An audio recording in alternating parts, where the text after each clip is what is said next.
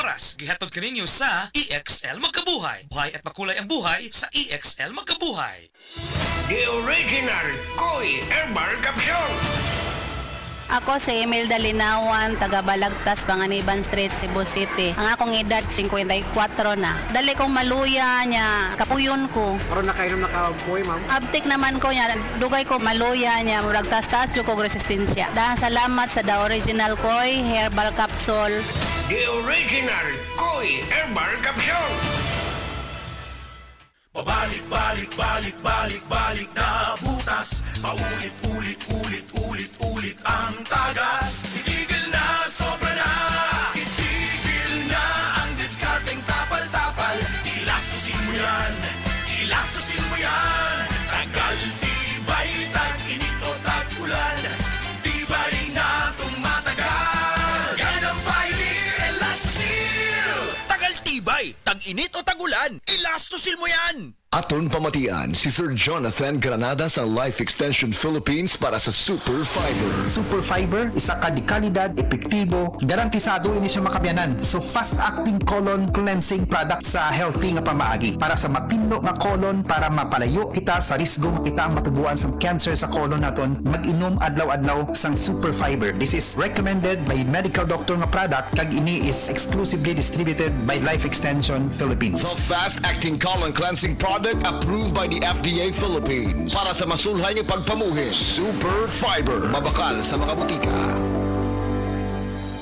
Gusto ba ni mo kape pero ga-worry ka kay basig dili ka katog? Don't worry! Available na ni sa mga butika ang Vita D Plus Coffee Mix nga na ay vitamin D3 nga makatabang improve sa imuhang pagtug. Ang Vita D Plus Coffee Mix na may reishi mushroom ug mangosteen fruit extract. Vita D Plus Coffee Mix, may kape na ka, may vitamin D3 pa ka. Camel, sukang puti, sa suan palamig. Camel, sukang puti, maunag yun imong mapili. Camel, sukang puti, sa suan palamig. Camel, sukang puti, anita na ang sekreto, ang sekreto. Day andak, nganong masulubon man kanang naong nimo? Naluoy manggug ko ni Lula Papa Rans. Mitukar na po ang iyang hubak o gayoma. Mitaas pag yan ang iyang blood sugar. Lakaw dayon nga do sa butika. Pagpalit dayon og Biotrof Herbal Capsules, sigurado kung dako kinigi katabang para mahupay ang gipamati nga balatian sa imong lulo. Tungod kay ang Biotrof, bantugan na kaayong makaalim sa mga nagkalain-laing suliran sa panglawas. Sud na sa dugayng panahon. Papa Rans, okay na kanya kong lulo. Salamat kayo sa Biotrof Herbal Capsules, the Wonder Food Supplement.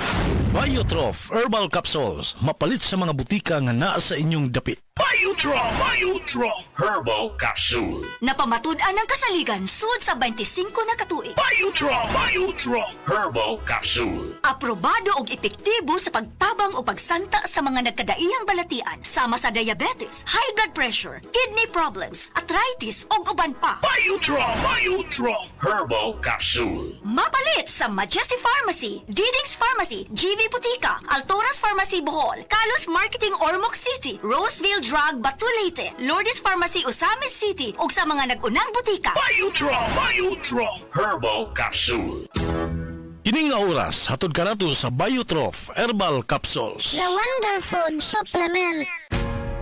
Ayaw si Piata pagpaminaw sa balitang yutahon sa Sieti, ang inyong mga kabukiran, inyong kaugmaon, ang among focus, kaugalingong yuta para sa bukas na masagana. Dinihilang sa balitang yutahon sa Sieti, matag Sabado alas 5 sa hapon hangtod sa alas 5:30 sa hapon, makita usab sa DYHPR Limen Cebu Facebook page. Para sa uban pang updates, i-like, follow ug share ang official DAR Facebook, Instagram ug YouTube accounts nga at Dargo PH Official sa Facebook DAR 7 Central Visayas o sa official DAR website www.dar.gov.ph.com. Hatod ka ninyo sa Department of Agrarian Reform.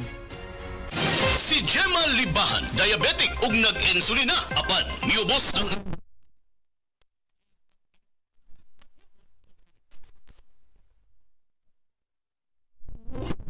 Kay sige na ko padayon og inom, nagababa na gyud siya. Nibaba siya og 145. Karon gani 143 na lang siya. Jima Libahan, taga Jensan. Mag-16 ako karon June. Said Panyawan Coffee Mix produkto gikan sa This newscast is brought to you by Solmux for Kids. Ang pang-agap sa cough bago lumala. Sa mga workaholic, epektibo ang atong Paragis Bila-Bila Herbal Coffee. Sama na lang ni Roland De La Cruz nga taga Mati, Davao. Roland de la Cruz, sa Porok Isla, Barangay Central, Porok President. Anong ganahan man kay ka sa kape? Sa Bila-Bila Coffee, laskig ang imong lawas o mayo ang imong lihok. Basta laskig niya kondisyon, makalihok kag may sa trabaho. Kung di ka kainom, mura magluya na ka? Murag luya-luya, lahi ra gyud. Tungod kay nindot gyud ang Bila-Bila Coffee. Kini ginama sa GFMQ Marketing kay sa Paragis Bila-Bila. Dili na ka mag-agwanta pa.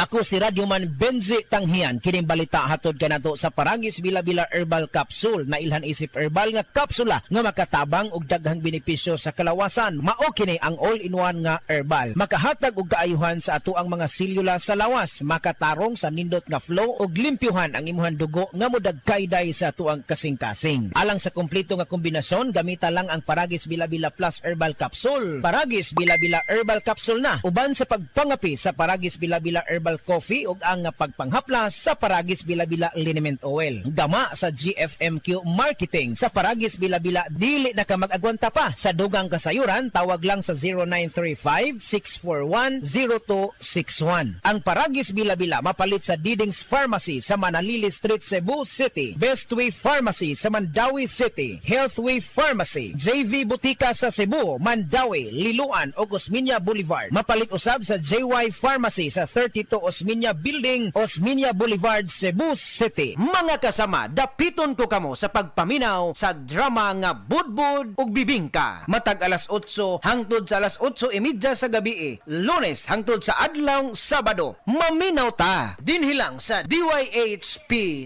RMN Cebu. This newscast is brought to you by Alaksan FR. Kung tinuod ang alibyo, tinuod ang pahuway. Alaksan FR.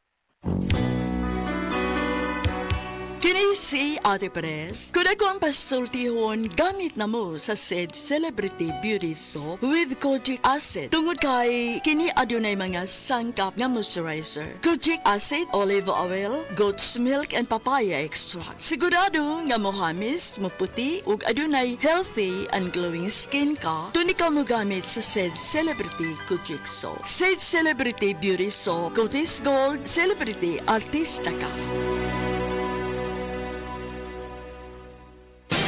si Norvin Fuentes nag-anto sa Diri sa liog, ako jud siyang gipukusan og inom og Side Panyawan capsule. Ni gamay jud siya dahil dili wala na siya kirot. Na akong gikaingon kay naa jud siya effect. Epektibo jud ang Side Panyawan capsule. Norvin Fuentes, 37, sa Kanhulaw, Lapu-Lapu, 50. Basta bukol-bukol, ised Panyawan Plus.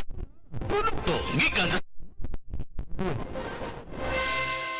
That news was brought to you by ACS Manufacturing Corporation, ISO certified world-class quality. ACS Express Love Naturally gamit ang honeymoon tea. Aduna kini natural nga herbal nga makatabang aron mapagawas ug mapadayag nimo ang imong gugmas sa natural nga paagi. Bukaw ni ini ang kainit sa imong pagbati ug sa matag gabi na ay honeymoon perme. Ang honeymoon herbal tea mapalit sa mga suking butika sa kantidad nga 90 pesos per sachet SRP. Makita kini sa Mercury Drugstore, Watson's, South Star, DGP, Generica ug uban pang butika.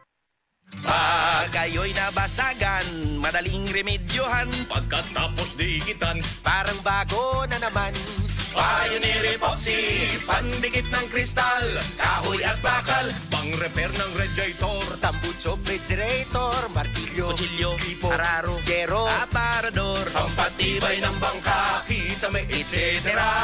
Pioneer Epoxy, Pioneer Epoxy, paborito ng bayan.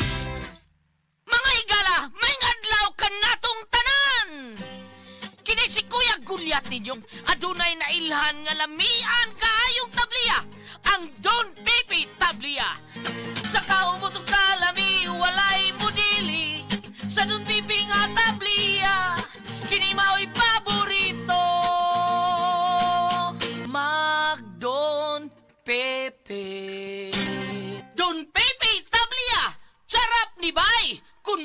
adlaw ka, magpangita ka!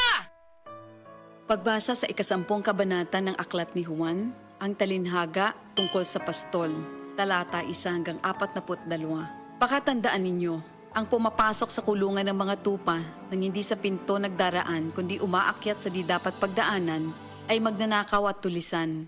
Ang tunay na pastol ay sa pintuan nagdaraan. Pinapapasok siya ng gwardya at pinapakinggan ng mga tupa ang kanyang tinig. Tinatawag niya ang kanyang mga tupa sa kanilang pangalan at inilalabas sa kulungan. Kapag nailabas na, siya'y nangunguna sa kanila at sumusunod naman ang mga ito sapagkat kilala nila ang kanyang tinig. Hindi siya sumusunod sa iba kundi patakbong lumalayo sapagkat hindi nila kilala ang tinig ng iba. Sinabi ni Jesus, ang talinhagang ito, ngunit hindi nila nauunawaan ang ibig niyang sabihin. Kaya't muling sinabi ni Jesus, pakatandaan nyo, ako nga ang pintuang dinaraanan ng mga tupa. Ang mga nauna sa akin ay mga magnanakaw at mga tulisan, ngunit hindi sila pinapakinggan ng mga tupa. Ako ang pintuan. Ang sinumang pumapasok sa pamamagitan ko ay maliligtas. Papasok siya at lalabas at makakatagpo ng pastulan. Dumarating ang magnanakaw para lamang magnakaw, pumatay at manira. Naparito ako upang ang mga tupa ay magkaroon ng buhay, ng isang buhay na masagana at ganap. Ako ang mabuting pastol.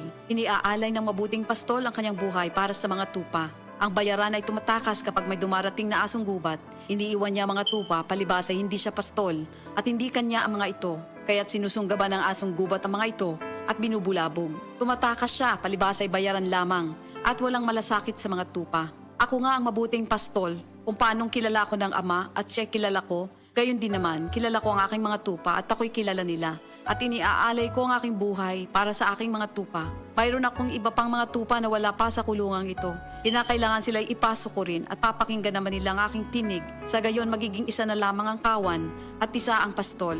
Dahil dito'y minamahal ako ng Ama sapagkat iniaalay ko ang aking buhay upang ito'y kunin kong muli. Walang makakakuha ng aking buhay kung sa ko itong ibinibigay.